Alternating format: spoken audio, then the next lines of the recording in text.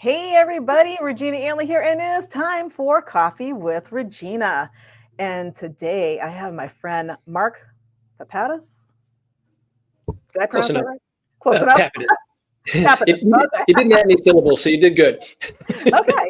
That's a good thing. And before we get started, well, first off, welcome, Mark. Thank you. And let's just talk about Mark for a sec, because Mark actually has some really cool stuff here.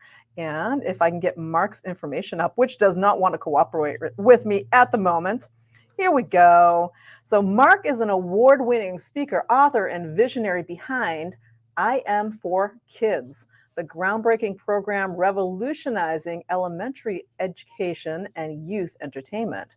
He's got over 2 decades in the self-development field. He's collaborated with legends like Brian Tracy, Zig Ziglar, and Tony Robbins to bring powerful tools of self-empowerment directly to children. This is going to be a cool conversation. So Mark's passion for his personal growth began in high school, which shaped by a challenging upbringing, and those experiences allowed him to connect deeply with the struggle many children face today. So he has innovative programs such as I Am, the Power of Your True Identity, I Am for Kids, and Power to the Pupils. And they've transformed lives and they've empowered kids to discover their true potential. So he is on a journey for empowering to help children live better, more productive lives. Wow, really cool. Welcome, Mark. Well, thank you for having me. It's a pleasure to be here. Yeah, and as the saying goes, the children are our future.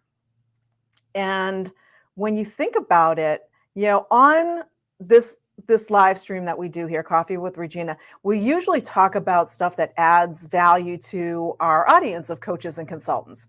So what you do adds value to future coaches and consultants. I think about the children these days, and let me just say, I'm going to be completely bluntly honest with you.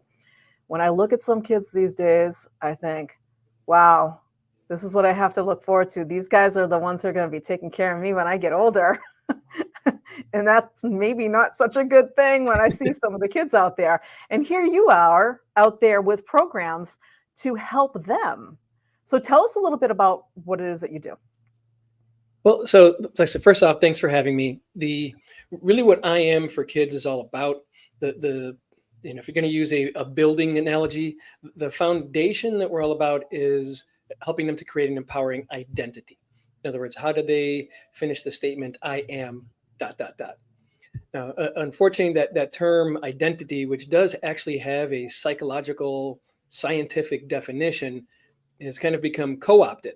So sometimes when I say that, I really have to make sure that I explain down to the details what we're talking about, and it's all about that I am statement. Mm-hmm. Now, it's funny because I worked with so-called grown-ups for over a decade as a sales trainer and personal development coach before I had my epiphany back in 2009. And the 5-step process that we use to teach is the same 5 steps. It's just obviously taught completely differently when you're talking adults and kids. But the first step is to actually write down. In other words, they're given a blank sheet of paper that just says, I am on the top of it. And then we say, go ahead and finish that thought. And again, hands go up. Kids or adults, doesn't matter. How should I answer this? What are you looking for? And it's like, there's no right or wrong answer. Just answer it however you feel you should. Now, with adults, over 80% of the time they answered with their name and or their occupation. Okay. Really, which has nothing to do with who you are. Your name is just a label that you were given by your parents when you were born, and your occupation is something that you do to make a living. And unfortunately, there's not very many of us who get to do what we're passionate about and what we love for that thing, right? Now, when we put it in the pilot classrooms in the schools that the program's in, that's where it really got scary, because we expected kids to answer with a one-word answer, because that's how kids answer question, right? How was school today? Good. That's just how they are, right? I used to do that. Yeah, exactly. And that's nature, right? But the scary part was that over half the time, that one-word answer was a negative trait or characteristic, with the 3 most common being I'm fat, I'm stupid, or I'm ugly. So that's when we knew that we were on the right track, right?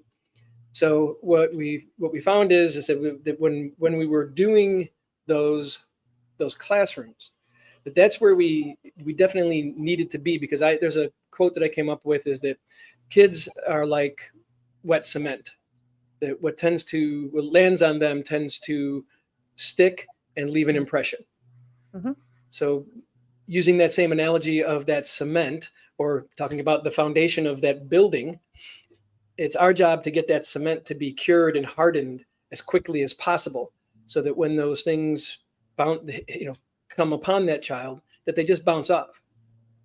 Because if we've never given it any conscious thought of how we finish that I am statement, literally all we have to go on is whatever those loudest voices are within your orbit. And generally speaking, that doesn't come out with a positive outcome. And so you said a couple things there. Now, first off, I am are always considered to be the two most powerful words ever Exactly. spoken. Right. And it it actually kind of blew my mind a little bit when you said that, the adults, they always start with I am Regina Andler and I'm a business transformation specialist. It's like name and profession, right? And with the kids, it's always about I am and something negative. And that kind of blew my mind a little bit, because even the adults with the I am with the name and profession, it's almost like a cover for I don't want to say the bad stuff. It's almost like they're still in the same spot, because they can't say, "Oh, I am a wife, I am a mother, I am an obstacle course racer." They don't tell you stuff about them. They just go right into, they kind of cover it up with that. The kids just come out and say, "I'm fat, I'm stupid, whatever." And I love your analogy of the wet cement. And with the kids, I think that goes for adults too, because adults with limiting beliefs, they say that, limiting beliefs they're formed by the time you're 8 years old. So Right. some of these like deep seated things, they're in that cement. That's what it is. Yeah, and getting back to that hardening of the cement, what you find is that cement has hardened with those cracks and dents and things in it, and that's why it's so much harder to do that type of work with adults, is because sometimes you literally have to break them down completely to build them back up. Whereas when you're working with kids, they haven't built that they don't have that baggage. Basically what it comes down to is you can literally pretty much start from scratch and just start building the foundation. And it's amazing when you see the responses from some of these kids. I'm getting goosebumps just kind of Mm. thinking back to some of those. So Yeah, I can just imagine, because I have this. I love analogies, and so I have this whole visual going on in my head right now that, with the kids, you can scoop it out of the cement. You have time; it hasn't hardened yet. With yeah, the adults, it's like you could have a whole program for adults, called the Jackhammer program. It's like we're gonna go in, we're just gonna take the whole thing out, and we're gonna pour some new foundation in. And it's true. It's if you get it early, then it changes the entire trajectory of absolutely. people's lives. Yeah. So That's the whole concept behind it. Is that when I had that epiphany, when I created the program, that's why we chose specifically. It's like we have content that goes anybody from 8 to 78, right? So mhm, the content is universal on how we teach it in the different programs, etc. But I wanted to get to the point where it would have the longest lasting impact and have the biggest, most volumetric impact. And that's when they're developing that identity, when they're developing their cognitive thought process, etc. So that if you can get to it, then it's just a ramp to be able to take off. And that's why we're so excited about yeah, I'm smiling over here because I'm like, where were you when I was a kid? it. I was a kid. Probably a kid, right? And so, because when I was young, one of my limiting beliefs that I had for a long time until I got rid of it was this feeling that my voice wasn't important. And I realized where it stemmed from. When I was 7, my family moved from upstate New York to Massachusetts, and two very different uh, accents, upstate New York and Massachusetts.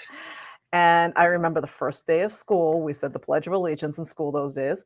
And I said, one nation under God. And the way I said it, the accent on it, literally every single kid in the class turned around and pointed at me and started laughing. And from that point on, that was like my first day at school. Mhm. And I was always told, my dad was Army and stuff like that. I was, you say the Pledge of Allegiance loud and You say it proud. with gusto, yeah. Yeah, loud and proud. So I was there saying it, and everybody laughed, and I was so humiliated as a kid that I pretty much didn't speak for the rest of grammar school. So I didn't speak unless I was asked a question or something like that. I was not one to volunteer and put my hand up and answer a question, even if I knew the answer, because I didn't want to speak because of fear of them laughing at me. And so that created that belief, because that was what was put into my cement. That was what was Mhm. instilled in me, is that if I speak, I'm going to get laughed at. So just don't speak. And, having somebody like you that's there at that time, obviously none of this was really talked about back then. Nowadays, it's even worse with social media and everything else, with what the kids see and the things that are going Mhm. on and the bullying and everything else.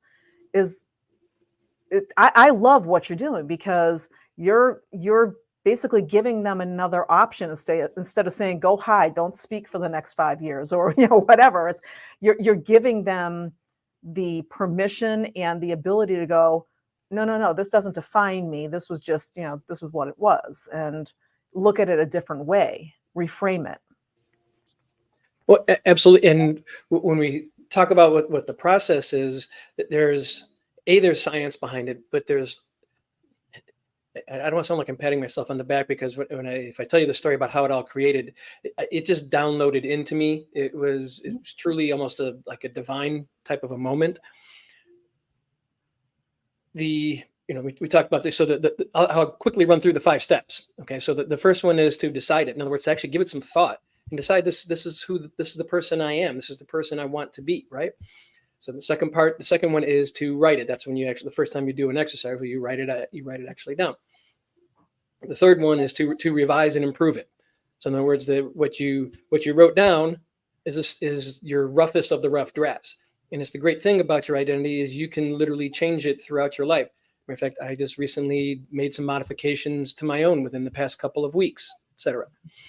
The fourth one, which I think is where is most important for what you were just talking about, is to share and synergize it. So it's not Mhm. just enough to say it to yourself and to write it down and to read it to yourself every day. It's to share it with the world, right? So that is one of the positive things that you can use social media for, is to put out, like, boom, everybody, here I am. This is me. This is what I stand for. This is what I'm all about, right? And then when you talk about the synergy part of it, is once you share that, is to then be able to connect with other people who are similar to you, because Mhm. we all know that it's human nature to want to be a part of something that is bigger than just ourselves. So if you're starting to hang around with, right, your tribe, your community is people who think the same way that you do, and they're looking to do positive things, etc., then now those are the people you care about. So when all those other people want to come in and say, oh, well, you're this or you're that, and you're like, no, I'm not, and I got all these people here to help me prove that, right? So you become hardened to that. And then the fifth one is I don't say so much the most important one, is to live that identity, to Mm. be it, right? And there's 2 things that I say about that. So number one is I equate it to show business, right? Is that you are writing down your character in the stage of life, I love and that.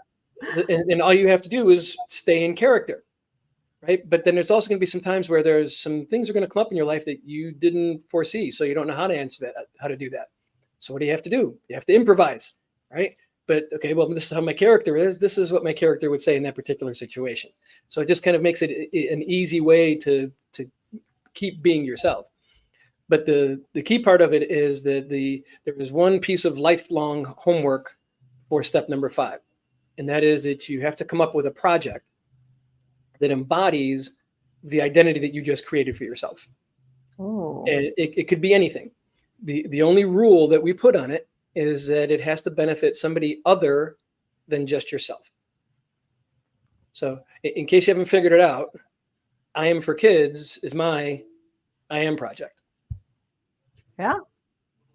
Yeah, I love that. And I think especially for coaches and consultants and stuff like that, because that's our lifelong mission, is to help others doing whatever it is that we do best. So with you, it's coaching the kids. With me, it's coaching coaches and consultants to be more successful in their business. For a health coach, helping somebody live a healthier life. Even just anybody. Somebody who is I don't know, doing some construction job or something like that. Their goal is their goal should be to build the best house, to make an impact so that the people that go live there live a happy life. I mean, there's that behind it. And there are some places like that. Think of construction, some construction workers. My husband and I years ago built our house. 24 years ago, we built our house. There's some things that we learned doing that the construction workers were, kind of like went a little not as good on, Hmm. where if we knew what we were doing, we would have said, hey, what is this going on? And that's them saying they don't, I'm guessing I would say they didn't know their I am. They were just doing, instead of saying, I am, a, a house builder that, you know, I I strive to build the best home that I can so that the person who is living there can live their best life in that house. And they don't think of it that way. They just think, yeah, this is just a job. Right. And these kids are growing up with, what am I going to be when I grow up, and that kind of thing. And you're instilling into their brains I want to be this, I want to be that, I want to be a marine biologist, whatever it is that you want to be, right? And it's to be that best. I am what? I love that. Thank you. It truly is. It's a mission for me. It's I would say it's beyond a passion. So if we have some time, a lot of people really enjoy the story of the epiphany that I had. So like I said, I'd been working with adults for over a decade, and I'm a glutton for personal development. So I'm always either reading, listening to podcasts, videos, etc. Of I don't read for entertainment. I read for information. So and I have three kids who are out now, all grown, and I've been teaching this stuff since they were in the womb. This particular night was because I was traveling and busy at work, stuff like that. I never had the time to be able to volunteer to be a head coach for any of their youth sports, but I always volunteered to be an assistant, so I could be there whenever I possibly could. So it was one night, my son played youth football. At the time, he was 9 years old. The season was over, and a bunch of the coaches just got together at a local establishment to just throw back a couple and just have some camaraderie, right? Mm-hmm. And then one of my son's coaches came over and just started going off on this positive rant about my son. He was just saying how he's a great kid. He's so coachable. You tell him what to do, and he goes out and he does it. And he's a leader. The other kids follow him. Just going on and on about. And I did something we all do, but we never admit to. And I mentally checked out of the conversation, because I remember thinking, it's like, wouldn't it be great if every parent could have these types of conversations about their kids? It's like, what could I do about that? And I realized he was still talking. So I shook it off and I re-engaged in the conversation. But I know that was the spark for what happened later that evening. So the evening ended, went home, got in bed. So I'm in that stage of sleep, before you hit REM, where you're kind of awake, but kind of not. And all of a sudden, just boom, it just like a bolt of lightning just came through. It's like, dummy, this stuff. All you have to do is put it into a format that will engage and entertain the kids. So then you could literally change the world. And it was kind of like in the movies, the beam of light, kind of shining in on me.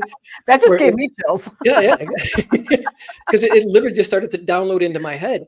And unlike those other times when we have those great ideas and you're going to write them down in the morning and you wake up in the morning and you've got nothing, I got up because I said I was so energized. I got out a legal pad and I just started writing. And it just kept coming for hours in terms of what the characters were going to be like and how we get it in schools. And then we have the TV shows and, all the different things that come up to make what is the amalgam or the brand of I Am for Kids. About 80% of it came from from that night.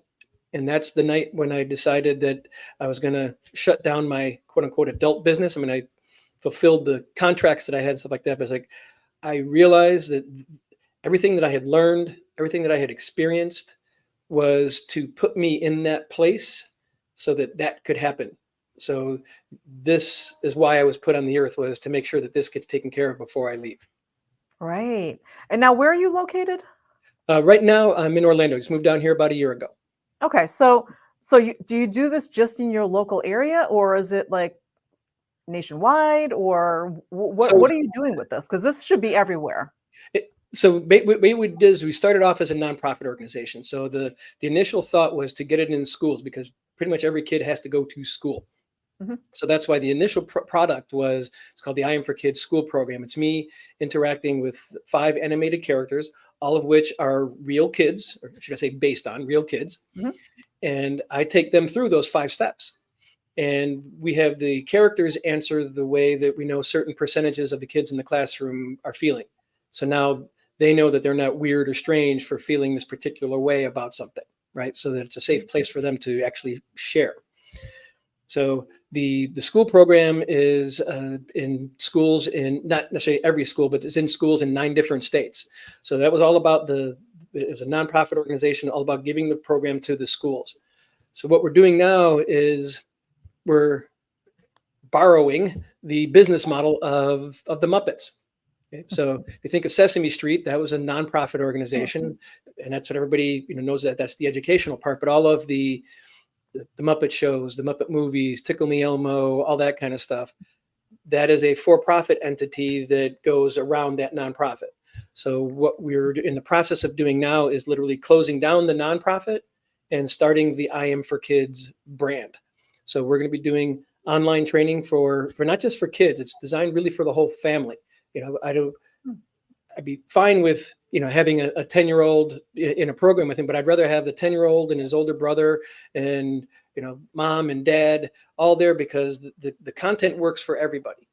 And one of the things that is a benefit of going through this, it was one of those unintended benefits, is that the communication between the kid and the adults, whether they be the teachers, coaches, parents, etc., improves dramatically. So that's what we're doing now, is we're launching that. So in basically January, and so a little over 2 months, we're going to be launching our online programs. We're in the process of developing the world's first animated reality-based TV show for kids. The working title is Power to the Pupils, and it's the real stories of real kids who've gone through the programs and the impact that either the program has made or their projects have made in their family, community, and beyond. So it's real stories of real kids. And we're going to be using our social media platforms to let the public decide, say, hey, here's the top 10 of the hundreds of stories that we got. Which ones do you vote on to be the next episodes that we make? So it'll actually give the audience an opportunity to say, hey, we like this one, we want to see that. And then that child, with parental consent, of course, can become the next I'm for Kids character. I love that idea, and I wrote down. I was like, because all of a sudden an idea just popped in my head because you were talking about the family and everything. I was like, this would make for a great board game, for a Oh, family board game. absolutely. Yeah, that's all part of right now I'm only one man kind of Right, thing. it popped in my head. I was like, oh, that would make for a great family board game, and then they can play it and do an IM thing and go around and Yep. help connect. So I mean, these days with all of the technology and everything, there's a lot of disconnect. I mean, even with kids, like you said, they walk into the house and say, how was school? Good. What are you doing after school? Well, are you going to do your homework? Yeah, I'm going to my room. And I mean, this is it. I'm going to go play my game. I'm going to be on my phone. I mean, they're like this all day long, and there's no interaction anymore. And when we think about that, us older people, these are the kids that are going to be, running the country, running the businesses, running, all the stuff, the doctors and everything, everything. They're running the businesses when we get older. And it's nice to know that there's some kids out there that aren't just, I don't want to say it because it sounds kind of bad, but it's they're so they're almost robots now because all they do is they're on their phone. They're on social media all day long. They're on TikTok. They're doing this stuff, and they aren't living. They aren't experiencing. They aren't finding out who they are. They're creating themselves to become a robot. And in the future, it's like, okay, now what are you going to do? I was like, well, I don't know. I mean, great if you have a really inventive kid who says, no, I really love playing games, and they want to be, somebody who goes out and builds games. Yeah, gaming programmers make a lot of money and stuff like that. So, oh yeah, sure, you could start a business doing that. You could be an employee doing that. Sure. I mean, there are spots for people like that. And it's just there's so many kids out there that who is going to be doing all of this other stuff that we do, and are they going to even know what to do? We have a huge problem in society right now that nobody wants to work. So Yeah. many places don't have employees because people just don't want to work, and I think it's being created a lot by the internet and stuff.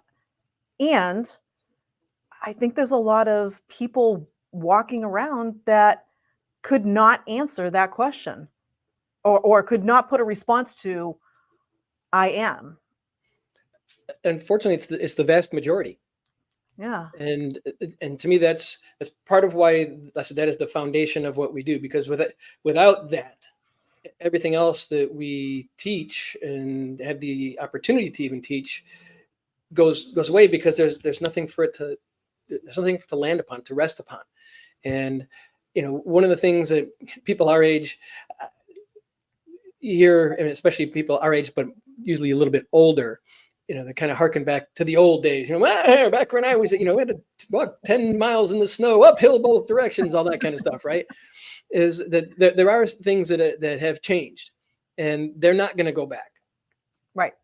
But still, the person that you are is the one who has to adapt to it. So that's why it's harder for older people to, even if they haven't given any conscious thought to what we're talking about with the I am part of it, it's so much harder for them to do it because of what we had talked about with the neuroplastic connections and all that kind of stuff. But they don't have enough knowledge of the new technology to be able to adapt to it. There are people who don't necessarily need to work. You can make a good living doing. There's people who they're influencers. Mm-hmm. I don't get it, but bravo to them. Right? If that's your job, if you're a content creator, and as long as you're not harming other people, God bless you, right? Well, Right. why not? I don't necessarily know if I'm running a company, if I necessarily want that person who's going to be at their desk instead of working in the company. They're going to be over here going, kind of stuff. But if that's if you can do it and it makes you happy and you're not harming other people, then so be it. So we have to adapt to that. So one of the things that we're researching, that we're in talks with different people, is using generative AI in toys, because there are kids that are out there who don't have people to interact with, right? Maybe both their parents are working or something like that. It could be, like you were talking, being new to an area where you haven't made any friends yet and all that kind of stuff, to where the action figures of our characters can then basically become their friend. And the great thing about the generative AI is, unlike Tickle Me Elmo, right? You squeeze his hand, he does this little dance. You pull his ear, he does another one. You poke him in the belly, he says something else, or he laughs, right? The kids can actually have a conversation because the AI learns from that kid that it's interacting with. So it truly is a one-on-one unique experience. And then we can use that to then start to be teaching and that's what I'm looking for, reiterating the whole positive, the I am statement part of it, to where we can, for lack of a better term, train them on how to be better socially with real people. Right. And have more confidence. Yeah. It's really all about finding your identity. I am Mhm. is all about, who am I? What is my identity? And what do I want it to be? It popped into my head. We're about out of time here. And I just have to bring this up though, because it popped into my head. I don't know if you ever saw the movie with Julia Roberts called Runaway Bride. Yeah. And it's like she takes on the persona of whoever she's with. It's like the big thing in there is, how do you like your eggs? Eggs. It's Yeah. like, oh, I like them like this. Oh, I like them like this. And it was like, because that's how the other person. So she had no identity. So she didn't know. She wouldn't be able to answer I am. If she answered I am, it would be I am whoever that other person is. And that's not who you are. Each one of us has our own unique identity. And we've always had it. It's internal to us. It's our authentic self. And sometimes we need help figuring out just who that is. And that's a great start to start with. Answer the question, who are you? If you put down, I am who? Right. And answer that. I absolutely love that. Go ahead. And go deep. That's the thing, is that most people try to take the easy way out. Like, I'm awesome. I'm fabulous. I'm this or that. And then when I follow up with the question, well, so what does that mean? Well, and then sometimes they'll say, well, to me, fabulous means this, this, and this. And it's like, well, then that's what you need to say. It's the distinctions. It's those little differences is what makes the huge difference. So, when I read, I read mine every morning. That's the first thing I do when I get up. As I open up my iPad, it's the wallpaper. And I read it to myself every single morning, and that's what gets me energized and going about doing it. And mine's a couple minutes long, because I use full sentence with descriptive words that mean something to me, because my great and your awesome might be the same thing. But when I think of awesome, maybe awesome is below great, or vice versa, right? So it's use what's important to you and go as deep as you possibly can, because that's where that's where the magic happens.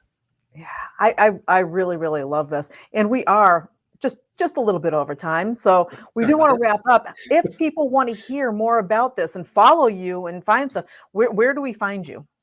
So the easiest way is to go to iam4kids.com. And that's where you'll find out everything. It's about me, about the programs that we offer, etc. And then if you don't mind, can I take ask for one little favor or plug? Is that correct? That is correct. Okay. Go for it. I had mentioned that we're developing the TV show, and we're working on the pilot right now. So as soon as that pilot is done, which should be by the end of this year, we will be pitching it to all of the streaming services, the networks, etc.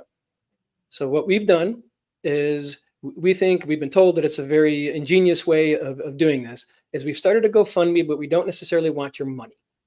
So the whole concept behind this is that we're trying to get as many $1 donations as possible. So if you go, it's iam4kids.tv. That'll take you it'll redirect you to our GoFundMe page. And there's a little video there. It's about 2 minutes, 3 minutes long, talking about what the show is going to be all about, the characters, all that kind of stuff. And if this is the type of programming that is going to be empowering and engaging and entertaining for kids, as opposed to, the drivel that's out there and directed at them right now, if you think this is something that's worthwhile, give us $1 and tell your friends, share it with them. Because the whole concept behind this is that when we go to the streaming services and the networks, we can say that, look, we've got 20,000, 40,000, 100,000, however many people get behind this who have already paid, saying that they want this type of content. All you have to do is give us the green light. We'll produce this show, and we've got plenty more in the pipeline behind us. So again, if you can go to iam4kids, the number 4 kids.tv, take a look at it. If you think it's as great as we do, please support us. If not, that's cool too. Is that fair? I absolutely love that. And I got that up on the screen, and I will make sure that it's out everywhere. And I believe we originally met on Eric Zuli's Easy Way platform. I believe so. Correct. Yeah. He will get you he is an LA guy. He will get you everything that you need for TV stuff. So hook up with Eric if you haven't already, because he is your guy. And his dad works with the Eyesight nonprofit for kids. And between the two of them, they would be all over this and promoting it everywhere. So absolutely hook up with him if you haven't already. Okay. We're in talks. Awesome. I am so happy to hear that. Thank you Thank you, Mark, so much for being here today. This is amazing, and I love what you're doing. I'm 100% backing you, behind you, supporting you. I'm going out there and putting my buck out there because I want to keep following you and figure out where you're going because this is this is so needed in today's world. And I just absolutely love that there's somebody out there that is as passionate as you are about making sure that the kids get what they need and find their true identities in the world today because it's just so needed. Oh, thank you so much. I can't tell you how much I appreciate this. And my parting words for your audience is to always remember to be great. You're the Be Great Guy. It says it right there under your name, the Be Great Guy. Thanks so much for being here. And we will see you all next time on Coffee with Regina. Bye for now, everybody.